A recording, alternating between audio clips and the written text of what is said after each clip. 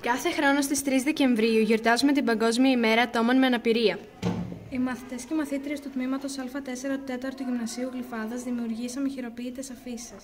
Με σκοπό να ευαισθητοποιήσουμε και να ενημερώσουμε όλα τα παιδιά του σχολείου μας για τα δικαιώματα των παιδιών με αναπηρία.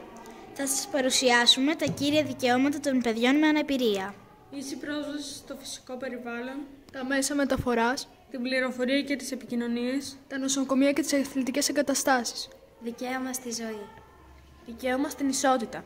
Ίση πρόσβαση στο σχολείο. Δικαίωμα στην ελευθερία και στην ασφάλεια. Δικαίωμα απαλλαγής από βασανιστήρια, σκληρή απάνθρωπη, ταπεινωτική μεταχείριση και τιμωρία. Δικαίωμα απαλλαγής από την εκμετάλλευση. Δικαίωμα απαλλαγής από τη βία και την κακομεταχείριση. Δικαίωμα απαλλαγής από την παιδική εργασία. Δικαίωμα σεβασμού της ιδιωτικής ζωής. Δικαίωμα στην υγεία. Δικαίωμα στην εκπαίδευση. Δικαίωμα συμμετοχή σε αθλητικές και πολιτιστικές δραστηριότητες, στην ψυχαγωγία και σε διάφορες δραστηριότητες του ελεύθερου χρόνου. Ισότητα λοιπόν για όλους και όλες μας. Και να θυμάστε ότι η διαφορετικότητα είναι ένα Χαρακτηριστικό της ανθρώπινης φύσης μας. Ας τη σεβαστούμε. Η δράση μας πραγματοποιήθηκε στο πλαίσιο του μαθήματος της οικιακής οικονομίας μαζί με την καθηγήτριά μας, την κυρία Κατερίνα Χαζάπη. Σας ευχαριστούμε.